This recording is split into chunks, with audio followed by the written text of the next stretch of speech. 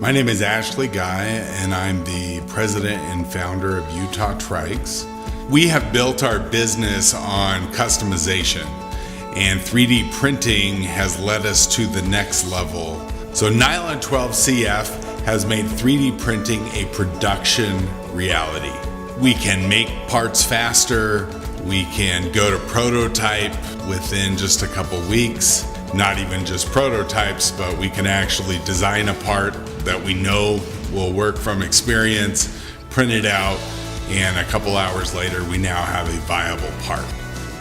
Parts that would flex with Nylon 12 were as stiff as we needed them to be now with the Nylon 12 CF, and parts that would potentially break with the Ultim 1010 were now as strong as we needed them to be. The Nylon 12 CF material has really reached into almost all aspects of our production at this point.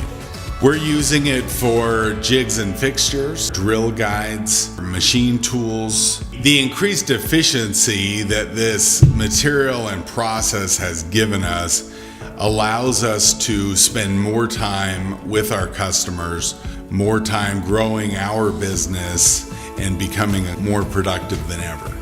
This has made our customers happier, it's made our employees happier, and it's made our accountant happier.